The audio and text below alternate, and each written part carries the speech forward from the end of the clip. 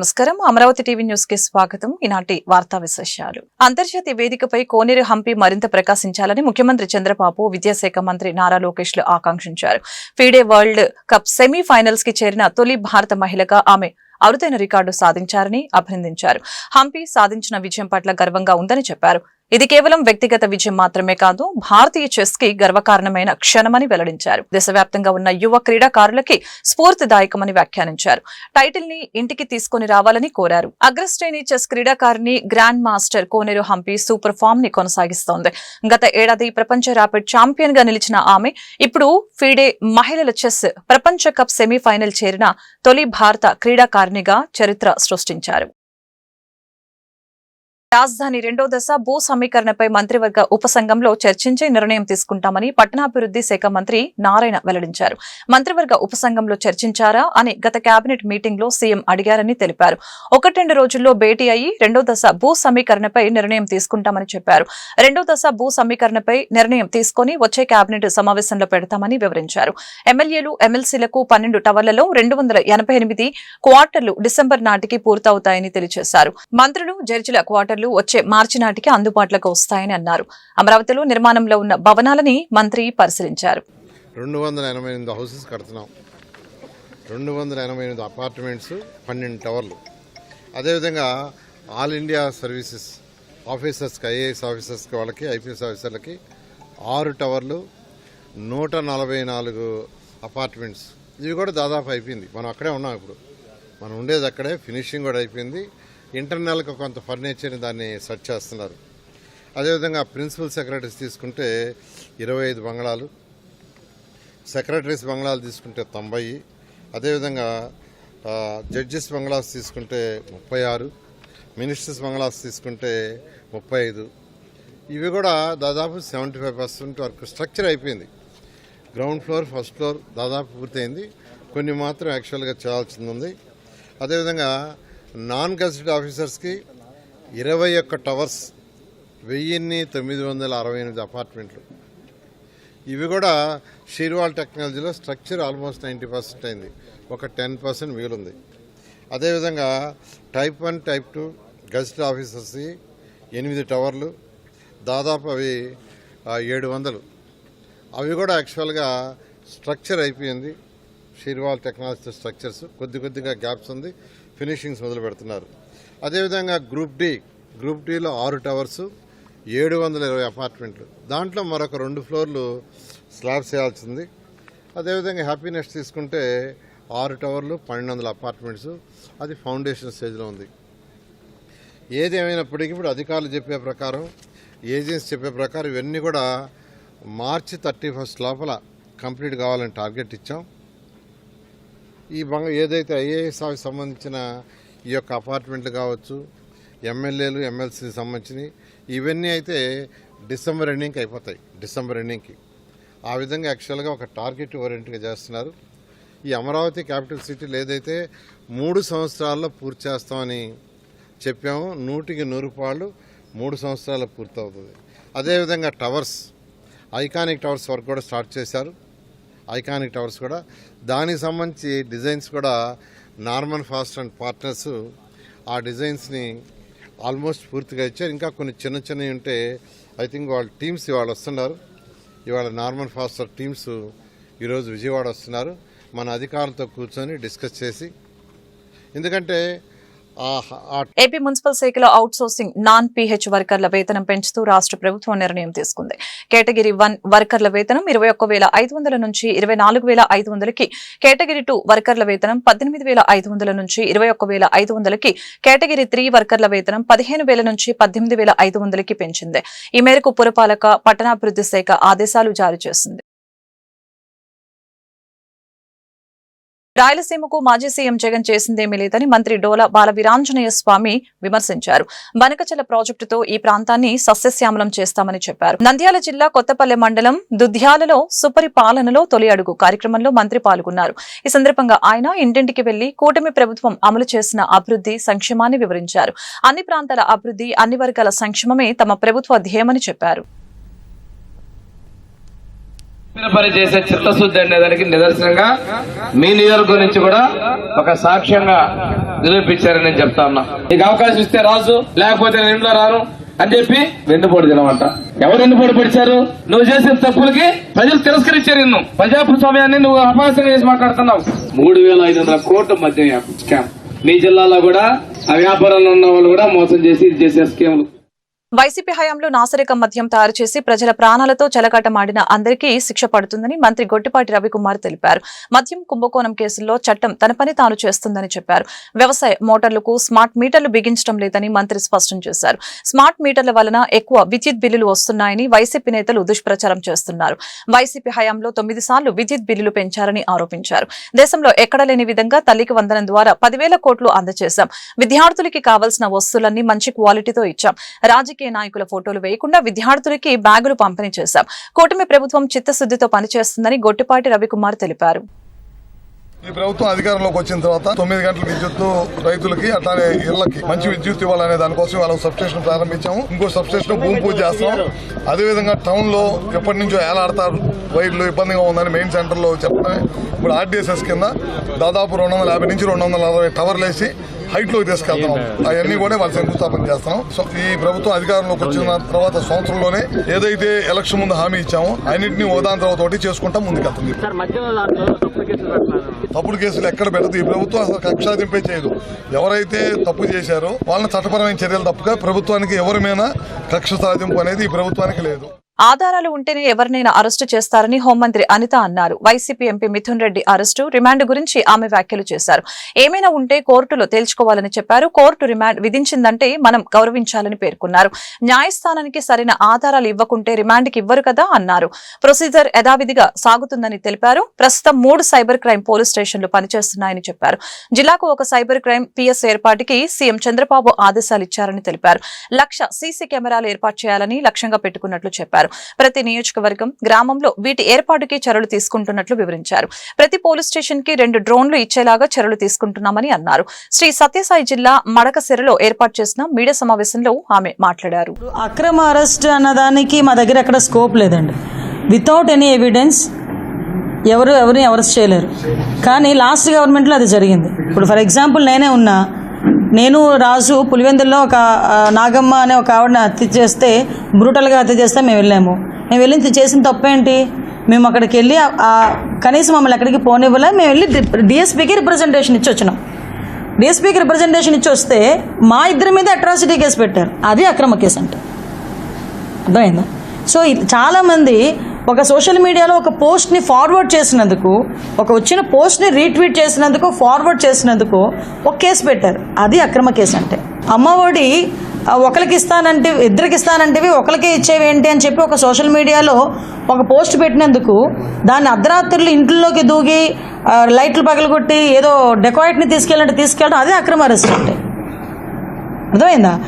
అసలు సంబంధమే లేని ఇష్యూలో ముఖ్యమంత్రి అన్ని సంవత్సరాలు ముఖ్యమంత్రి చేసిన వ్యక్తిని, ప్రతిపక్ష హోదా కలిగిన వ్యక్తిని 53 రోజులు మీరు అక్రమంగా అరెస్ట్ చేసి జైల్లో పెట్టారు. అదే అక్రమ అరెస్టులు అంటే.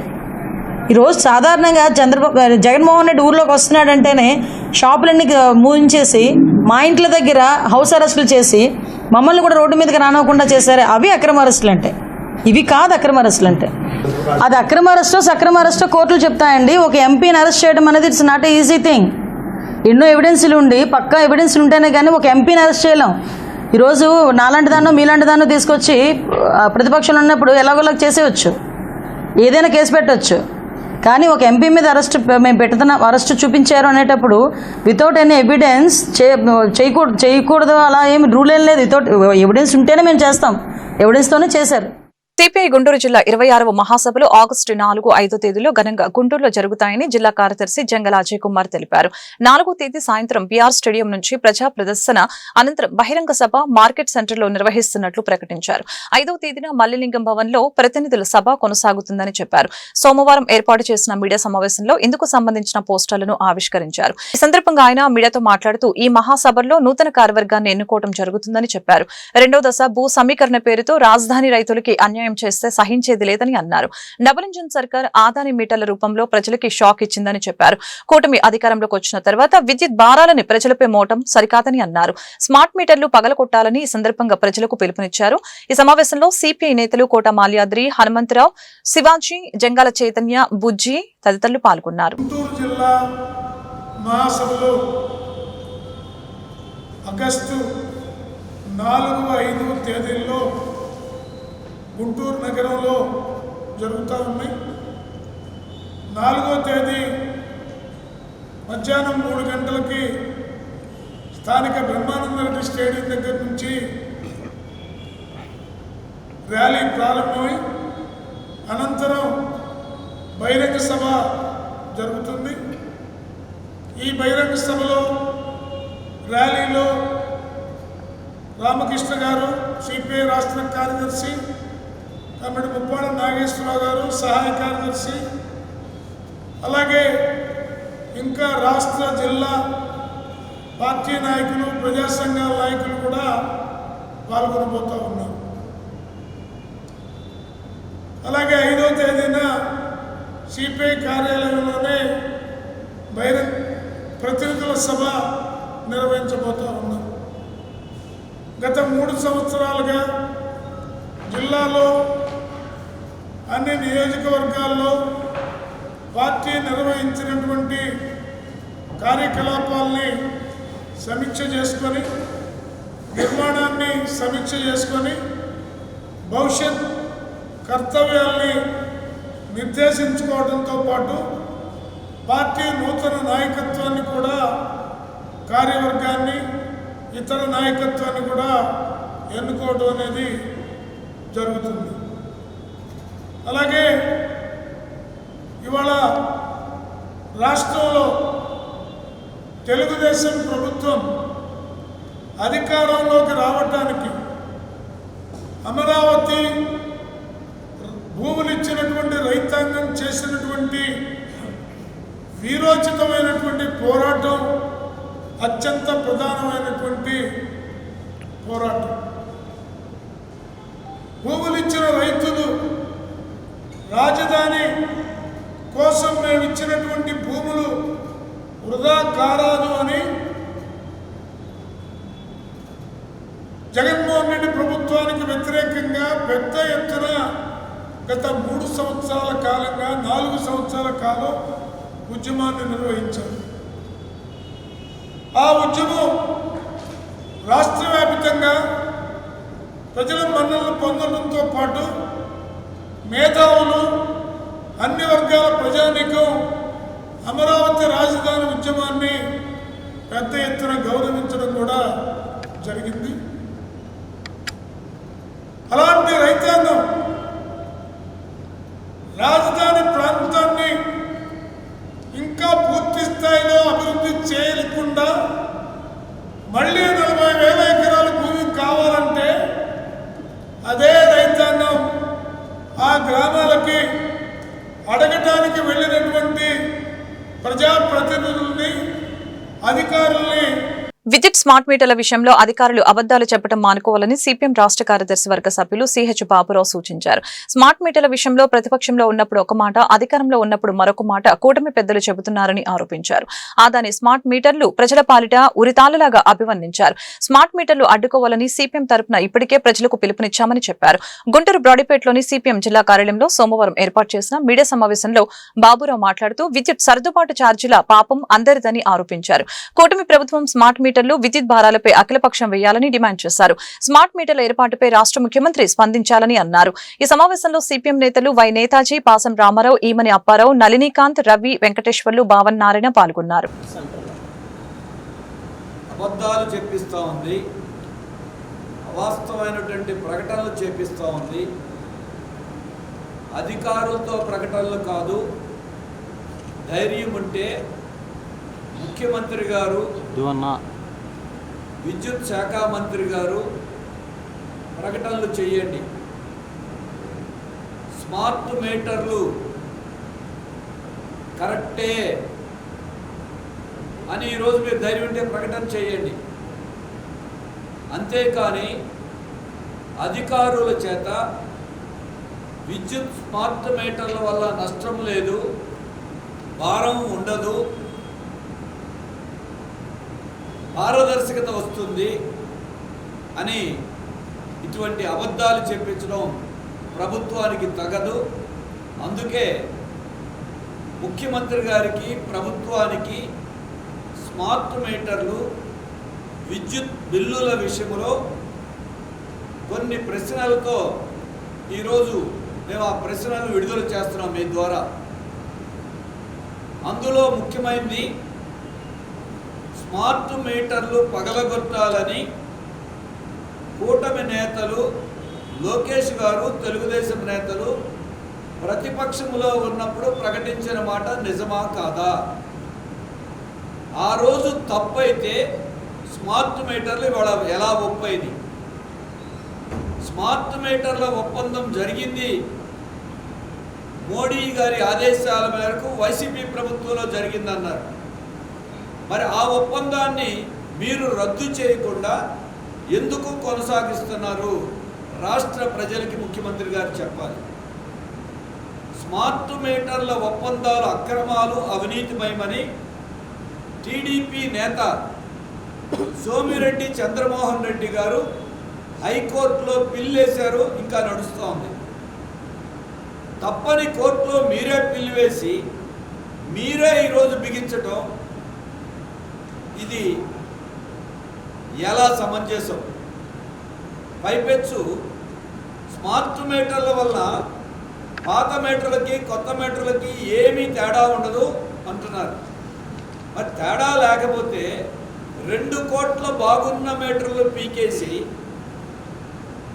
మళ్ళీ 25,000 కోట్ల రూపాయల ఖర్చుతో అదానీ ప్రీపెయిడ్ స్మార్ట్ మీటర్లు ఎందుకు పెట్టాలి?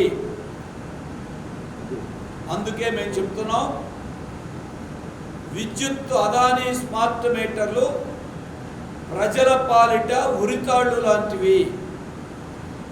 మీరు మాట మార్చొచ్చు, కానీ జనం మాట ప్రజా సమస్యల పరిష్కార వేదిక స్పందన కార్యక్రమం బాధితులతో కిక్కిరిసిపోయింది. సోమవారం గుంటూరు జిల్లా కలెక్టరేట్ లోని ఎస్ఆర్ శంకరన్ కాన్ఫరెన్స్ హాల్లో జరిగిన ఈ కార్యక్రమానికి జిల్లా నలుమూలల నుంచి బాధితులు పెద్ద సంఖ్యలో తరలివచ్చారు. తమ సమస్యల్ని పరిష్కరించాలంటూ జిల్లా కలెక్టర్ నాగలక్ష్మికి బాధితులు విజ్ఞాపన పత్రాలు అందజేశారు. ఆయా సమస్యల్ని తక్షణమే పరిష్కరించాలని సంబంధిత అధికారుల్ని కలెక్టర్ ఆదేశించారు. రాష్ట్ర ప్రభుత్వం అమలు చేస్తున్న సంక్షేమ కార్యక్రమాలను లబ్ధిదారులకి అందించామని అన్నారు. రెవెన్యూ శాఖ పరిధిలోని పౌర సేవలు పారదర్శకంగా అమలు కావాలని అన్నారు. విధి నిర్వహణలో అలసత్వం వహిస్తే శాఖపరమైన చర్యలు తప్పవని హెచ్చరించారు. ఈ మేరకు పలువురు బాధితులు తమ సమస్యల్ని మీడియాకు వివరించారు.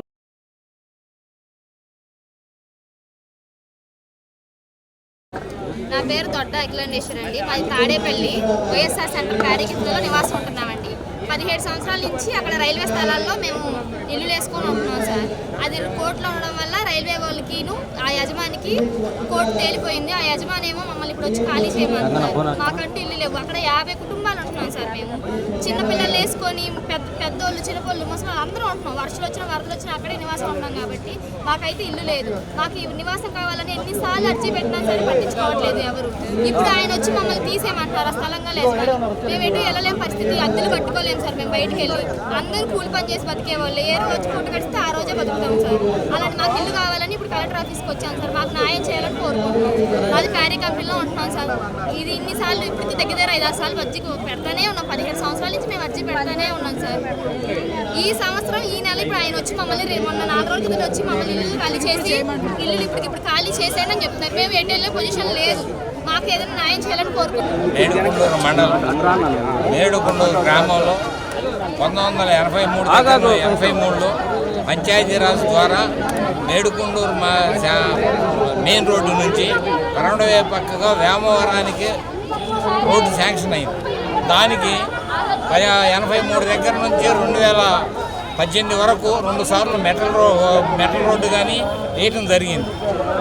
దానికి 2017లో తారు రోడ్డు శాంక్షన్ అయితే ఆ తారు రోడ్డు శాంక్షన్ కావడానికి దాదాపు ఈ 3,000 ఎకరాల్లో తలా 5 సెంట్లు 10 సెంట్లు కానీ అందరూ సంతకాలు పెట్టి ఆ ఉండ పోరంబోకి ఎక్స్టెండ్ చేసి ప్రతి ఒక్కళ్ళు ఇచ్చారు. ప్రతి ఒక్కళ్ళ పొలం కూడా రోడ్డు ఇచ్చారు కాబట్టి ఆ తారు రోడ్డు నిర్మాణం అయింది. ఆ నిర్మాణాన్ని మేడుకుండూరు ఒక భూస్వామి ఆ మెయిన్ రోడ్ నుంచి 100 కిలోమీటర్ దూరంలో 100 మీటర్లు ఎడల్పున రోడ్డు ఆపేశాడు. అంతా అయిపోయినాక మెటల్ అన్ని తోలినాక తారు రోడ్డు వేయకుండా ఆపి ఇప్పుడు అనేక ఇబ్బందులు పెట్టి అతను తారు రోడ్డు వేసే. టీడీపీ కేంద్ర కార్యాలయంలో నిర్వహించిన ప్రజా వినతుల కార్యక్రమంలో బాధితుల నుంచి ఏపీ ఐడీసీ చైర్మన్ డేగల ప్రభాకర్ విజ్ఞాపన పత్రాలు స్వీకరించారు. ఆయా సమస్యల్ని తక్షణమే పరిష్కరించాలని సంబంధిత అధికారుల్ని ఆయన ఆదేశించారు. ప్రజా సమస్యల్ని పరిష్కరించడమే తొలి ప్రాధాన్యతగా కూటమి ప్రభుత్వం తీసుకుందని అన్నారు. అన్యాయాలకు అక్రమాలకి ఇక తావు లేదని చెప్పారు. బెదిరింపులు దౌర్జన్యాలకి కాలం చెల్లిందని అన్నారు.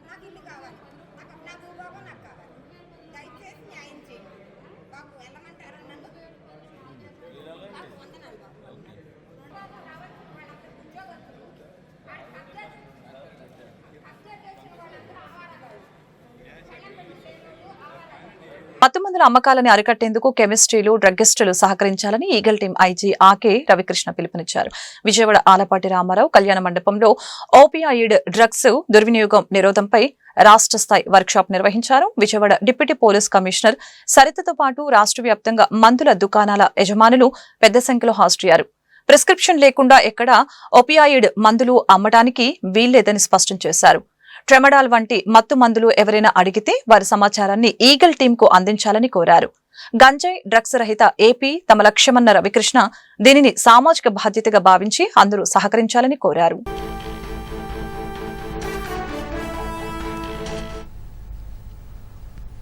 ప్రిస్క్రిప్షన్ డ్రగ్స్ అన్నింటినీ కూడా ప్రిస్క్రిప్షన్ లేకుండా ఎవరు అమ్మొద్దని ప్రత్యేకంగా అందరూ కూడా బాధ్యతగా మన సమాజాన్ని కాపాడడం కోసం ఎక్కడా కూడా ఈ నీడిల్స్ కానీ ప్రత్యేకంగా ఈ 41 టైప్స్ ఆఫ్ డ్రగ్స్ ఉన్నాయి.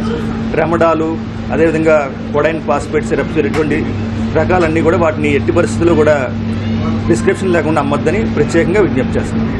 ఎవరన్నా ప్రిస్క్రిప్షన్ లేకుండా వస్తే వాళ్ళ రికార్డు కూడా మేము నోట్ చేసుకొని సంబంధిత అధికారులకు తెలియచేస్తాము అనే నినాదంతో first line of defence against drug abuse ఫార్మసిస్టులు మాత్రమే అనే నినాదంతో అందరూ పనిచేయాలని కోరుకుంటూ మీడియా ద్వారా కూడా పబ్లిక్ అందరినీ ఎస్పెషల్లీ స్టూడెంట్స్ అందరినీ చైతన్యవంతులను చేద్దాము.